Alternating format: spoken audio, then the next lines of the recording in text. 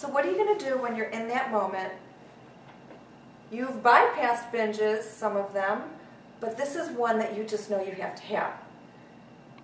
You're going to accept the fact that right now you need to binge. And instead of saying, no, no, no, no, no, I can't binge, and making yourself crazy, you're going to calmly accept this moment.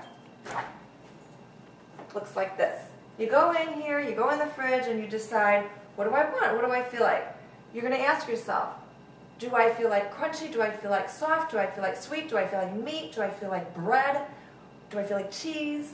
Sometimes I'll have a peanut butter and jelly sandwich. I won't have 10 of them, but I'll have one of them, knowing that after I finish my peanut butter and jelly sandwich, I get to move on to something else, all right?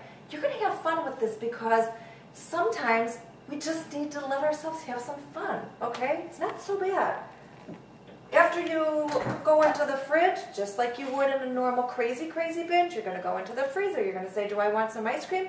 Instead of going to the bottom of the container, you can take your big spoon, take a few big wallops, eat it, move on. That's the whole idea of the sample binge, is you skim the top and you move on to the next thing, okay? Then you're going to have yourself a little fun and you're going to walk over to the cabinet. What does my little binge feel like today? What do I feel like eating now? Do I feel like these are really good things to keep around, these little trick-or-treat size things? That's wonderful for binges. Because you just have a little taste of it.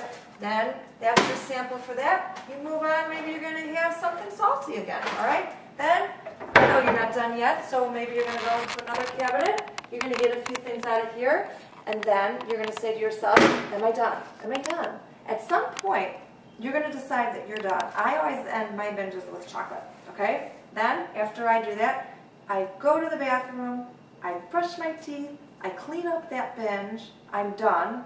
I don't hate myself for it, but here's what I do. I ask myself, what's going on? Because something's going on in the midst of all this chaos and all this crazy food. There's a feeling, all right? The feeling can be very small. The smaller the feeling, the smaller the binge. The bigger the feeling or the event, the bigger it is, the bigger that binge is. So here's what I want you to do. I want you to ask yourself, what just happened? What did somebody just say? What's about to happen? Is there something coming up that I don't want to do? Did I just hang up a phone call? Did I just make a plan? Analyze it. Figure out what's going on.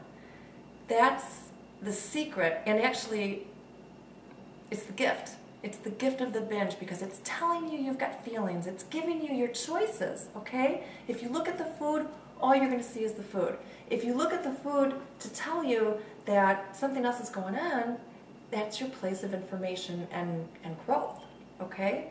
So next time you find yourself binging, don't get mad at yourself.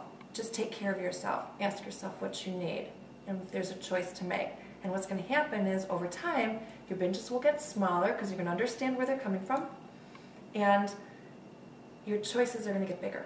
And that's where we want you, is smaller food, bigger choices. Okay?